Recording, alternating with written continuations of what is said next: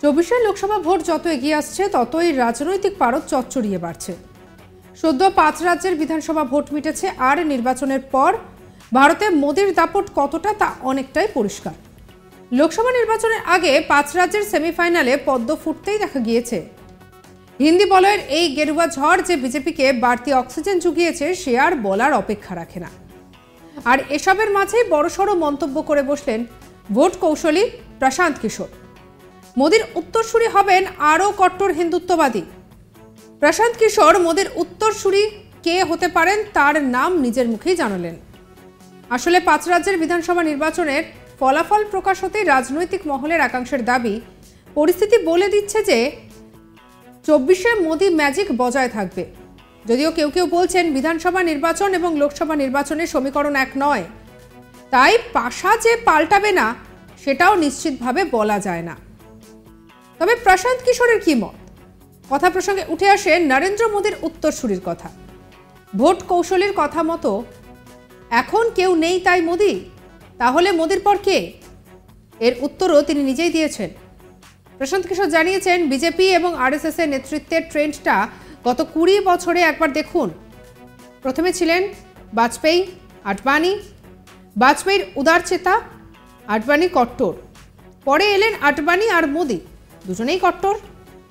এখন চালাচ্ছেন মোদি শাহ, তারাও কট্টর। অর্থাৎ এরপর যিনি আসবেন তিনি হবেন আরও কট্টর হিন্দুত্ববাদী। সরাসরি কারোর নাম না নিলেও রাজনৈতিক কারবারিদের মতে প্রশান্ত কিশোরের ইঙ্গিত যোগী আদিত্যনাথের দিকে। এদিন এক সর্বভারতীয় সংবাদ মাধ্যমের সঙ্গে কথা বলার সময় উঠে আসে এনডিএ বনাম ইন্ডিয়া প্রসঙ্গ। আসন্ন নির্বাচনে প্রধানমন্ত্রীর আসনে নরেন্দ্র মোদীকে দেখতে চায় দেশবাসী, নাকি বিরোধী জোটের ভাগ্য খুলবে, সেই সব কিছু নিয়ে কথা বললেন প্রশান্ত কিশোর। এই ভোট কৌশলীর মতে 2014 সালে যখন মোদীকে মানুষ ভোট দিয়েছিলেন, ভেবেছিলেন এই মানুষটা সব বদলে দেবেন। আবার 2019 সালে তারাই ভাবলেন সেভাবে কিছুই বদলায়নি, তবে অন্তত উনি চেষ্টা তো করছেন। প্রশান্ত কিশোর বলেন, 24 সালে ভোট দেওয়ার সময় তারা হয়তো ভাববেন এটা ঠিকই উনি সেভাবে কোনো বদল ঘটাতে পারেননি, কিন্তু মোদি ছাড়া আর কেই বা আছেন। অর্থাৎ কোথাও না কোথাও প্রশান্ত কিশোর স্বীকারই করে নিলেন যে জনপ্রিয়তার নিরিখে মোদির কাছাকাছি পৌঁছতে পারে এমন কেউ নেই।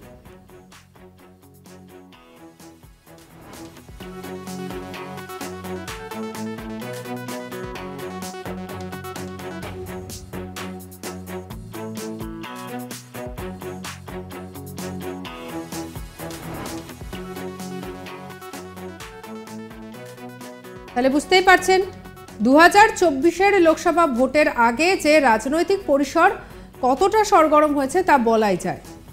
2024-এর লোকসভা ভোট যত এগিয়ে আসছে ততই রাজনীতির পারদ চচ্চড়িয়ে বাড়ছে। সদ্য 5 রাজ্যের বিধানসভা ভোট মিটেছে, আর নির্বাচনের পর ভারতে মোদির দাপট কতটা তা অনেকটাই পরিষ্কার। লোকসভা নির্বাচনের আগে 5 রাজ্যের সেমিফাইনালে পদ্ম ফুটতেই দেখা গিয়েছে।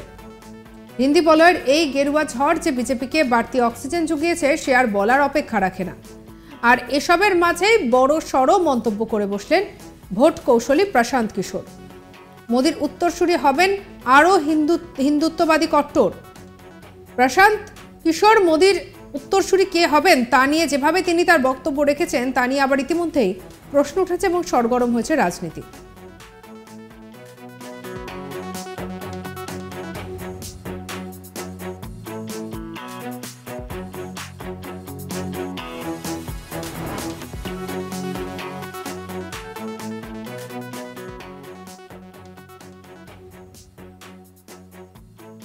আসলে 5 রাজ্যের বিধানসভা নির্বাচনের ফলাফল প্রকাশ হতেই রাজনৈতিক মহলের একাংশের দাবি, পরিস্থিতি বলে দিচ্ছে যে 24-এ মোদি ম্যাজিক বজায় থাকবে। যদিও কেউ কেউ বলছেন বিধানসভা নির্বাচন এবং লোকসভা নির্বাচনের সমীকরণ তো এক নয়, তাই পাশা যে পাল্টাবে না সেটাও নিশ্চিতভাবে বলা যায় না। তবে প্রশান্ত কিশোরের কি মত?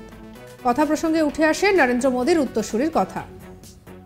ভোট প্রকৌশলীর মতে এখন কেউ নেই তাই মোদি, তাহলে মোদির পর কে? এই উত্তরও তিনি নিজেই দিয়েছেন। প্রশান্ত কিশোর জানিয়েছেন, বিজেপি এবং আরএসএস এর নেতৃত্বের ট্রেন্ডটা গত 20 বছরে একবার দেখুন। প্রথমে ছিলেন বাজপেয়ী এবং আডবাণী, বাজপেয়ী উদারচেতা, আডবাণী কট্টর।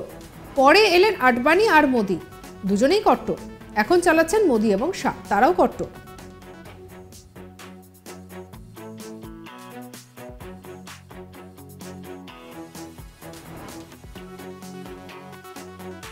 আর তাই এই সবকিছুর মধ্যে বারবার উঠে আসছে আরো একটা নাম, যোগী আদিত্যনাথ। আপনার কি মতামত জানাতে পারেন কমেন্ট সেকশনে। আর অন্যান্য খবরের জন্য লাইক করুন, শেয়ার করুন, সাবস্ক্রাইব করুন আজ তাক বাংলার ইউটিউব চ্যানেল।